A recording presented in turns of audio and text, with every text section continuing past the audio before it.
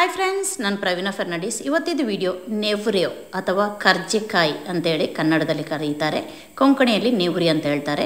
Next month Christmas, ಎಲ್ಲರೂ ಕುಸುವಾರು ಮನೆಯಲ್ಲೇ ಮಾಡ್ತಾರೆ. ಆಗ ವಿವಿಧ ರೀತಿಯ ಕುಸುವರಿದು ವಿಡಿಯೋ ನಾನು ಈಗ ಡೈಲಿ ಅಪ್ಲೋಡ್ ಮಾಡ್ತಾ ಇದ್ದೇನೆ.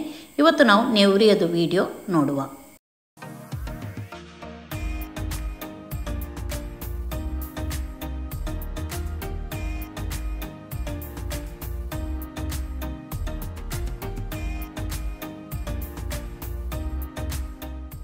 ನೆವ್ರಿಯದು ಫಿಲ್ಲಿಂಗ್ ಮಾಡಲಿಕ್ಕೋಸ್ಕರ ನಾನೀಗ ಅರ್ಧ ಕಪ್ ತೆಂಗಿನ ಹುಡಿಯನ್ನು ಹಾಕ್ತಾ ಇದ್ದೇನೆ.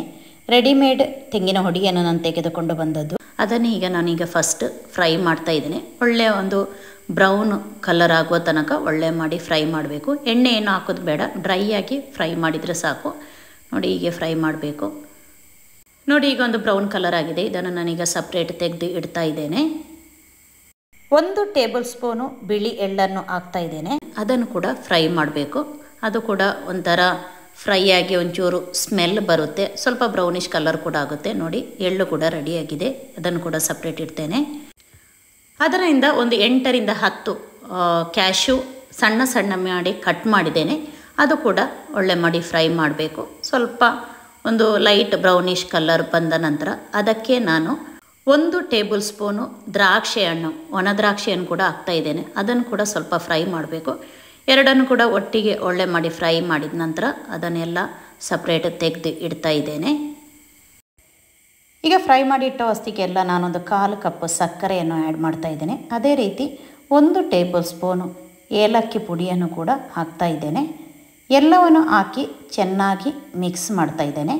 ಎಲ್ಲವನ್ನು ಚೆನ್ನಾಗಿ ಮಿಕ್ಸ್ ಮಾಡಿ ಇದನ್ನು ನಾನು ಸಪ್ರೇಟ್ ಇಡ್ತಾ ಇದ್ದೇನೆ. ಇದು ನಮಗೆ ನೆವ್ರಿಗೆ ಒಳಗೆ ಫಿಲ್ ಮಾಡಲಿಕ್ಕೆ ಬೇಕಾಗಿರುವಂಥದ್ದು.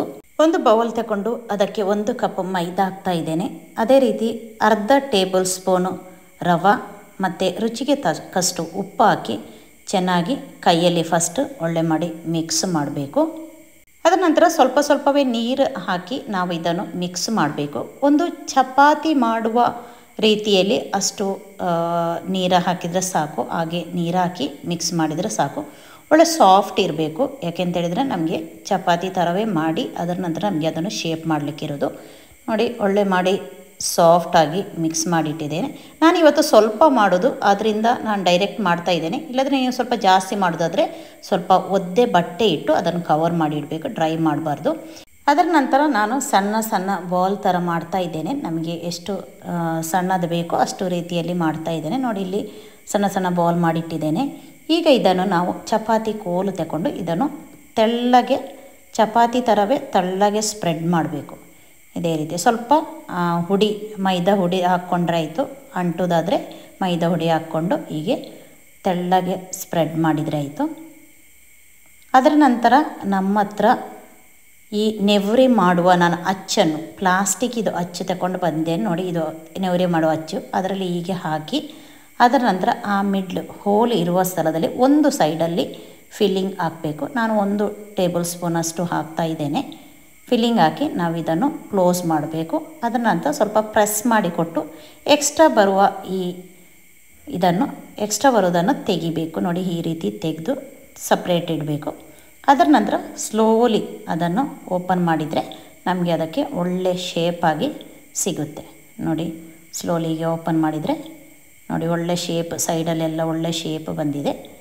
ಅದರ ನಂತರ ಹೀಗೆ ಇನ್ನೊಂದು ಸೈಡು ಕೂಡ ಮೆಲ್ಲ ಓಪನ್ ಮಾಡಿ ತೆಗೆದ್ರೆ ಆಯಿತು. ಸ್ವಲ್ಪ ಅಂಟಿದ ಥರ ಇರ್ತದೆ, ಆದರೂ ಕೂಡ ಸ್ವಲ್ಪ ಜಾಗ್ರತೆಯಲ್ಲಿ ಓಪನ್ ಮಾಡಿ ತೆಗೆದ್ರೆ ಸಾಕು. ನೋಡಿ, ಒಳ್ಳೆ ಶೇಪಾಗಿ ಬಂದಿದೆ. ನೋಡಿ, ಇನ್ನೊಂದು ರೀತಿ ನಾನು ಹೇಳಿಕೊಡ್ತಾ ಇದ್ದೇನೆ. ನೋಡಿ, ಒಂದು ಯಾವುದಾದ್ರೂ ನಿಮ್ಮ ಹತ್ರ ಈಗ ಶೇಪ್ ಮಾಡುವುದಿಲ್ಲದಿದ್ದರೆ ಹೀಗೆ ಒಂದು ಯಾವುದಾದ್ರೂ ಮುಚ್ಚಳ ತಗೊಂಡು ಹೀಗೆ ಕಟ್ ಮಾಡಿ, ಆಗ ರೌಂಡ್ ಶೇಪ್ ನಿಮಗೆ ಸಿಗುತ್ತೆ. ಆ ರೌಂಡ್ ಶೇಪ್ ಸಿಕ್ಕಿದ ನಂತರ ಸ್ವಲ್ಪ ಫಿಲ್ಲಿಂಗ್ ಎಷ್ಟು ಬೇಕು ನೋಡಿ, ಅದರಲ್ಲಿ ಎಷ್ಟು ಫಿಲ್ ಆಗುತ್ತೆ. ಈಗ ನಾನೊಂದು ಅರ್ಧ ಟೇಬಲ್ ಸ್ಪೂನ್ ಹಾಕ್ತಾ ಇದ್ದೇನೆ. ಹಾಕಿ ಅದರ ನಂತರ ಅದನ್ನು ಸೈಡಿಗೆ ಕ್ಲೋಸ್ ಮಾಡಬೇಕು.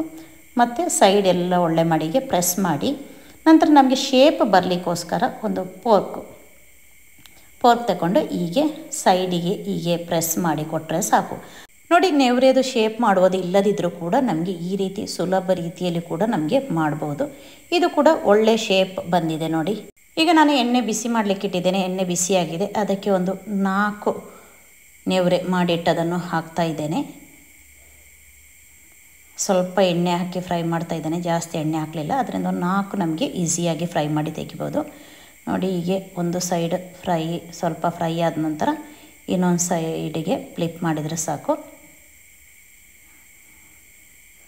ಒಳ್ಳೆ ಮಾಡಿ ಫ್ರೈ ಆಗಬೇಕು, ಒಳ್ಳೆ ಬ್ರೌನಿಷ್ ಕಲರ್ ಬರಬೇಕು. ಯಾಕೆಂತ ಹೇಳಿದ್ರೆ ಔಟ್ಸೈಡ್ ಲೇಯರ್ ನಮಗೆ ಒಳ್ಳೆ ಕ್ರಿಸ್ಪಿಯಾಗಿ ಬರಬೇಕು. ಅದಕ್ಕೋಸ್ಕರ ಒಳ್ಳೆ ಮಾಡಿ ಫ್ರೈ ಮಾಡಬೇಕು.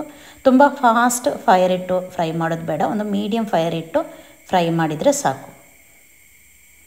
ಈಗ ಆಲ್ಮೋಸ್ಟ್ ಫ್ರೈ ಆಗಿ ಬಂದಿದೆ ನೋಡಿ, ಎಲ್ಲ ಬ್ರೌನ್ ಕಲರ್ ಬಂದಿದೆ. ಅದರಿಂದ ನಾನೀಗ ತೆಗಿತಾ ಇದ್ದೇನೆ. ಹೀಗೆ ನಮ್ಮದು ನೆವರೆ ರೆಡಿಯಾಗಿದೆ. ಈಗ ಈ ವಿಡಿಯೋ ಇಷ್ಟ ಆದರೆ ಲೈಕ್ ಮಾಡಿ, ಕಮೆಂಟ್ ಮಾಡಿ, ನಿಮ್ಮ ಫ್ರೆಂಡ್ಸಿಗೆ ಶೇರ್ ಮಾಡಿಕೊಡಿ.